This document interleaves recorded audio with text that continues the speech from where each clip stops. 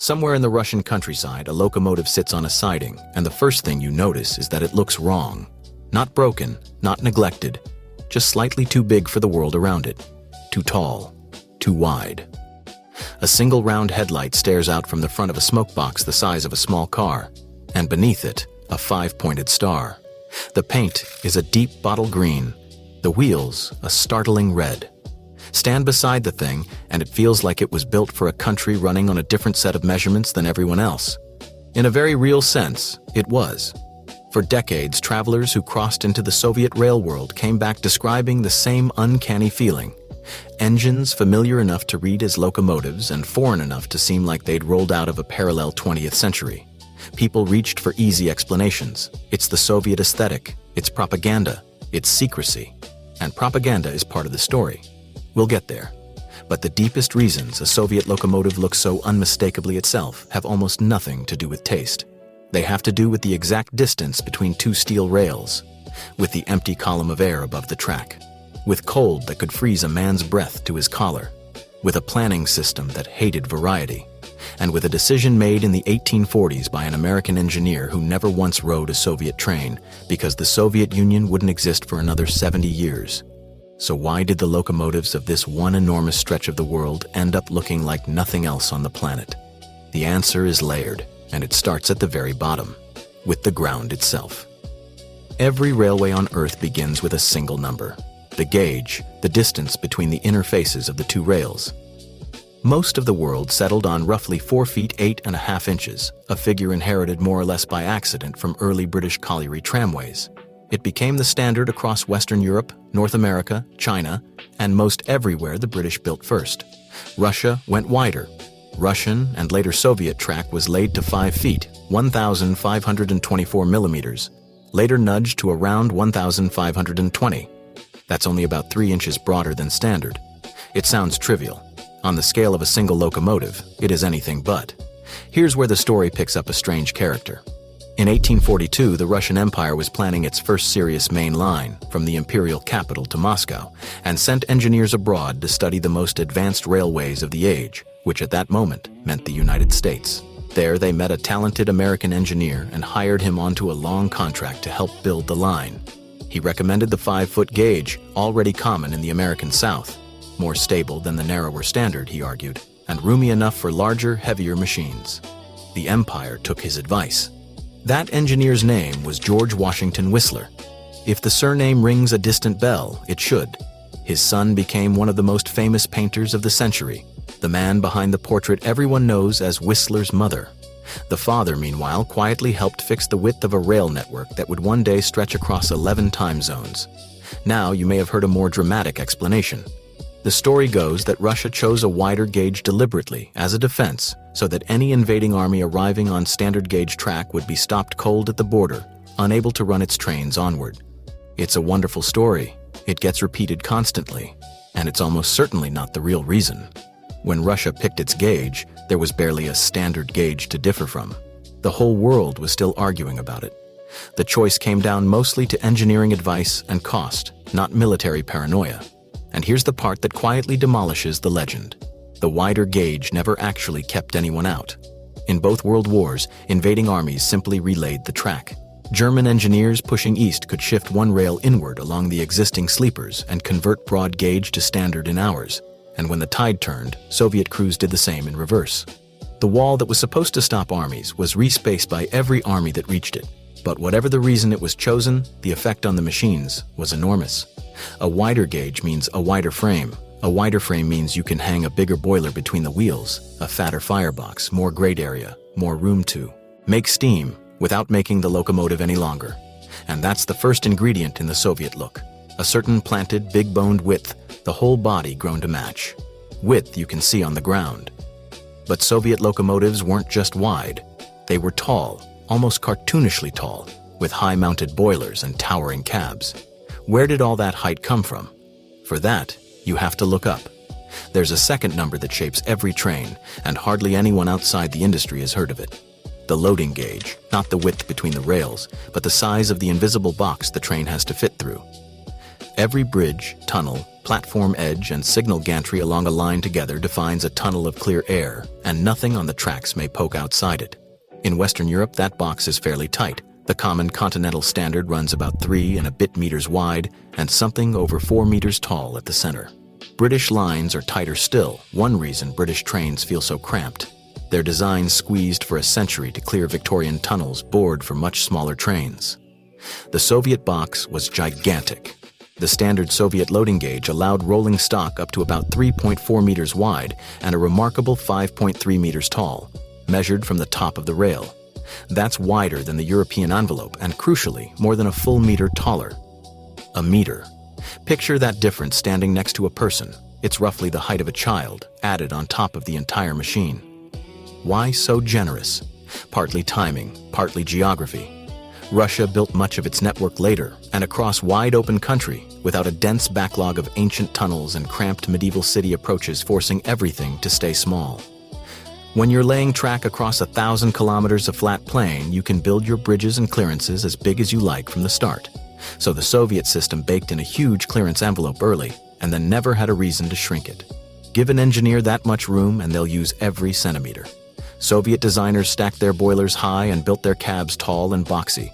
A steam locomotive built to fill that envelope looks top-heavy to a Western eye.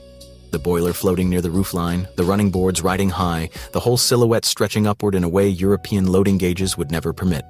That's the second ingredient. The wide gauge made them broad. The tall loading gauge made them loom. Put the two together and you already have most of that unmistakable oversized profile. But proportions alone don't explain why these engines feel like a different design tradition entirely. Because a great deal of the Soviet look was borrowed from a surprising direction. If a Soviet locomotive reminds you of anything, it probably reminds you of a big American one. That's no coincidence. When Russia, and then the Soviet Union, went looking for how to build heavy freight power, they kept turning to American practice, not British. The reasons are almost geographic. Britain is a small, dense island of short hauls and gentle gradients. Its locomotives evolved elegant, compact, and delicate.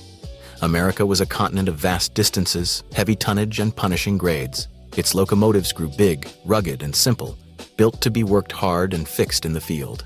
Russia was a continent too, and its problems looked far more like America's than Britain's. So its engineers studied American heavy-haul design and brought the lessons home. You can trace the fingerprints directly. During the First World War, when Russian factories couldn't keep up, hundreds of freight locomotives were ordered from American builders and shipped across the ocean. In the industrialization drive of the 1930s, Soviet designers openly referenced American heavy freight engines, the massive 10-driving wheel machines built to drag enormous loads across open country. Even the Soviet Union's first mainline diesel, built just after the Second World War, was closely modeled on an American diesel that had arrived as wartime aid. So the Soviet aesthetic is a kind of fusion. Take the raw, muscular philosophy of American freight power, heavy, plain, overbuilt for abuse, and pour it into a larger container because the wide gauge and the tall loading gauge allow dimensions even American designers couldn't reach. The result feels American in its bones, and yet clearly isn't. Bulkier, taller, stranger, familiar and foreign at once. And then the environment went to work on the design and pushed it somewhere no American engine ever had to go. Consider what a Soviet locomotive actually had to survive. Across much of the country, winter isn't an inconvenience, it's an adversary. In parts of Siberia, temperatures routinely drop past -40, the point where the two scales meet and Fahrenheit and Celsius finally agree on how brutal it is. Down there, ordinary steel grows brittle, grease stiffens into wax, water flashes to ice in minutes, and a machine that runs fine in a mild climate can simply stop being a machine. Design in that world, and everything changes. The locomotives had to be robust to the point of stubbornness, thick, forgiving, tolerant of abuse and neglect, buildable and repairable by ordinary crews in a freezing yard far from any city. Delicacy was a liability. Simplicity kept you moving. The cold even shaped the cab. Many locomotives built for gentler climates had lighter, more open cabs, the crew half exposed to weather that was survivable most of the year.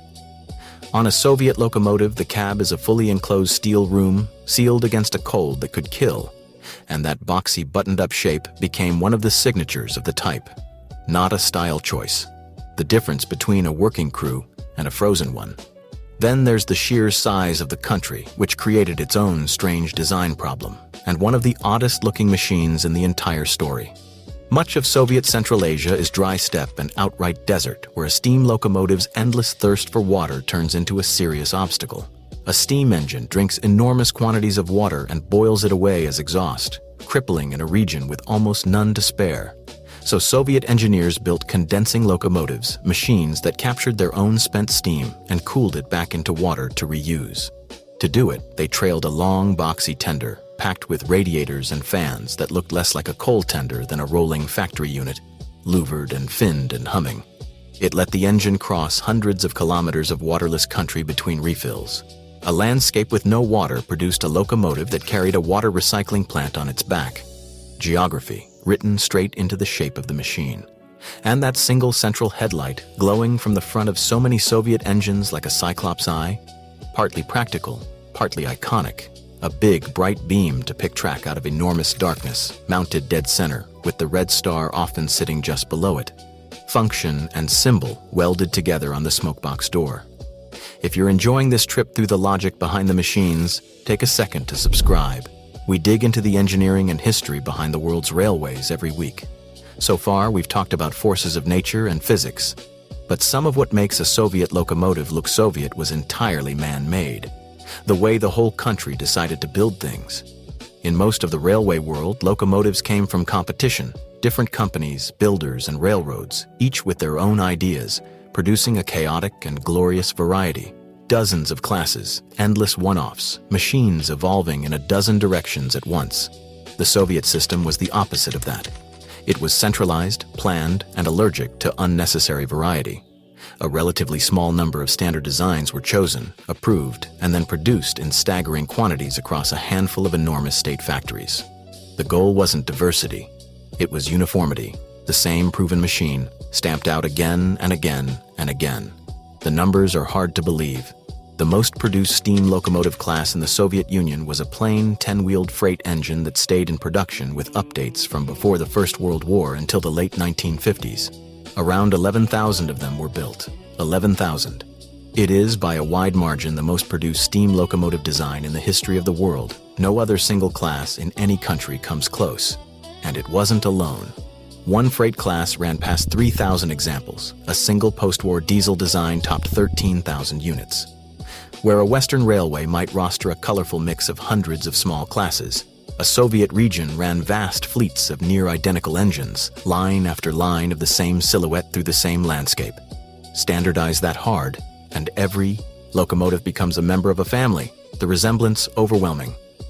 There's a sameness to Soviet motive power, a shared face and stance, precisely because so few designs were multiplied so many times.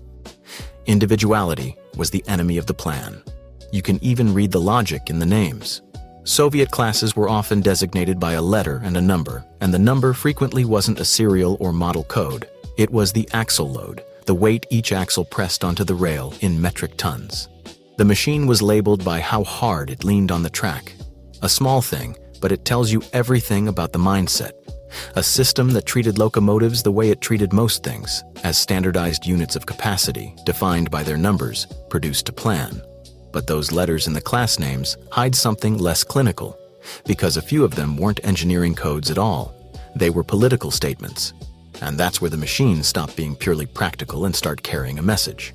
A locomotive is a useful thing to put a message on, huge, moving, seen by everyone the length of the country. The Soviet state understood that perfectly. Start with the paint. That deep green body with bright red wheels wasn't random. Red was the color of the revolution, and it showed up on the machines the way it showed up on the flags. Add the 5-pointed star on the front of the smokebox, and an ordinary freight engine became a rolling emblem of the state that built it. Some carried slogans, some portraits. The locomotive wasn't merely transport, it was a moving billboard for an idea. And then there were the names. The most powerful classes were christened after the icons of the regime. One major class of electric locomotives carried the initials of Vladimir Lenin. A giant freight class was named for the founder of the Soviet secret police. The flagship passenger express of the 1930s, for a time the most powerful passenger steam locomotive in all of Europe, bore the initials of Joseph Stalin himself, sometimes spelled out right across the smokebox for everyone to read. Think about what that means. When these engines thundered through a station at the head of a crowded train, they didn't just represent Soviet industry in the abstract. They literally wore the names of the men at the top of the system. The machine and the leader became one image.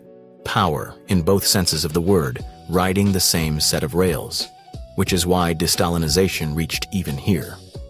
After Stalin's reputation was officially demolished in the mid-1950s, the class that bore his initials was quietly renamed. The engines didn't change, the politics did. An entire fleet of locomotives was sent through the same rewriting of history as everything else. This same appetite for grandeur produced one genuinely mad machine. In the 1930s, Soviet engineers set out to build the most powerful steam locomotive imaginable and gave it 7 driving axles in a single rigid frame, 14 enormous driving wheels in a row, more than any steam locomotive on Earth before or since. On paper, a monument to ambition. In practice, a catastrophe. It was so long and rigid it couldn't get around curves. It spread the rails, climbed off the track, and mangled the very infrastructure it was meant to serve. Exactly one was ever built, and it spent a few years as an embarrassing giant before being cut up for scrap. Most of the time, that same impulse produced tough, oversized, magnificent workhorses. Once in a while, a 14-wheeled monster that couldn't turn a corner. And all of it, the width, the height, the American bones, the cold proofing, the standardized fleets, the ideology in the paint, was captured and frozen in time by one final factor. The Soviet Union held on to this entire design world far longer than almost anyone else, which is why, to Western eyes, it always looked like a window into the past. In the West, steam locomotives had largely vanished by the 1960s, swept aside by diesel and electric power. The Soviet Union took a different path and took its time. New steam construction actually continued into the mid-1950s, with big, modern, handsome express engines still rolling out of the factories, sculpted smoke deflectors, gleaming casings, among the finest steam locomotives ever built. And then, almost overnight, it stopped. At a major party gathering in early 1956, the leadership made the call. No more steam. The country would shift to diesel and electric. Production lines were cut off mid-run, some classes ending after only a few hundred examples. A couple of the most advanced designs killed almost as soon as they'd started. But building new steam and running old steam are two very different things. The engines already out there kept working, and kept working, and kept working. Soviet steam soldiered on through the 1960s, the 1970s, and in places into the 1980s, decades after Western railways had sent their last locomotives to the scrapyard. Well into the modern era, you could still find these tall green machines with their red wheels and stars doing real work, looking for all the world like relics that hadn't been told the age of steam was over. There's a persistent story that the Soviets went further, that they secretly stockpiled thousands of steam locomotives, mothballed and maintained as a strategic reserve. The logic isn't crazy. A steam engine needs no electrical grid and no refined diesel. It runs on coal or wood and water, all of which survive a war. So if a nuclear strike knocked out the power lines and the fuel supply, steam would still move. How large and how secret this reserve truly was is genuinely murky. The tale has grown in the telling, and its practical value was always doubtful, since the coaling towers and water plants steam depends on were being demolished anyway. But the kernel is real. Several countries kept steam in reserve for exactly this reason. One held an official reserve until only a few years ago. And the haunting photographs are real. Rows of abandoned engines, red stars still on their smoke boxes, rusting in forgotten sheds and overgrown sidings, found by enthusiasts long after the Soviet Union itself was gone. Meanwhile, the power that replaced steam carried the same visual DNA forward. Soviet diesels and electrics didn't slim down into sleek Western shapes. They stayed heavy, boxy, and enormous. And they did something Western railroads rarely did. Rather than build one huge locomotive, Soviet designers often bolted 2, 3, even 4 full sections together permanently, run by a single crew, to drag colossal trains across the distances. A single locomotive might really be 2 or 3 fused units stretching down the track like a wall of steel. The most numerous of these diesel families ran past 10,000 sections. The largest electrics were twin machines the length of a building, pushing the output of a small power station through the wheels. Different fuel, different era. Same instinct, big, plain, doubled and tripled up, built to fill that enormous envelope and haul enormous loads through an enormous land. The steam engines were gone, but the design language they'd been shaped into never really left. So, was it Soviet taste? Was it propaganda? Was it secrecy? A little of the middle one, honestly. But mostly no. The reason a Soviet locomotive looks so unmistakably like itself is that it's the sum of forces most of us never think about when we look at a machine. Rails set 3 inches wider than the world's, so the body could grow broad. A clearance envelope more than a meter taller than Europe's, so it could grow tall. A design tradition borrowed from American heavy freight, so it reads as muscular rather than delicate. A climate so savage it demanded sealed cabs and overbuilt simplicity. A planning system that despised variety and stamped out the same silhouette 10,000 times over. An ideology that painted its engines red, crowned them with stars, and named the biggest after its leaders. And a refusal to let steam go, which froze that whole world in place long enough for the rest of us to notice how strange and impressive it had become. None of that is style in the way we usually mean the word. It's geography and physics and politics, all pressed into steel and rolling down a track. So the next time you see one, in an old photograph in a museum or parked on some quiet siding wearing a faded star, take a second look at it. That oversized, top-heavy, deep green machine isn't just a locomotive from another country. It's a country's entire logic, made visible. The distance between its rails, the air above it, the cold it fought, the plan that built it, and the message it carried. All of it standing right there in front of you, in the shape of the thing. Look closely enough, and the machine tells you exactly where it came from.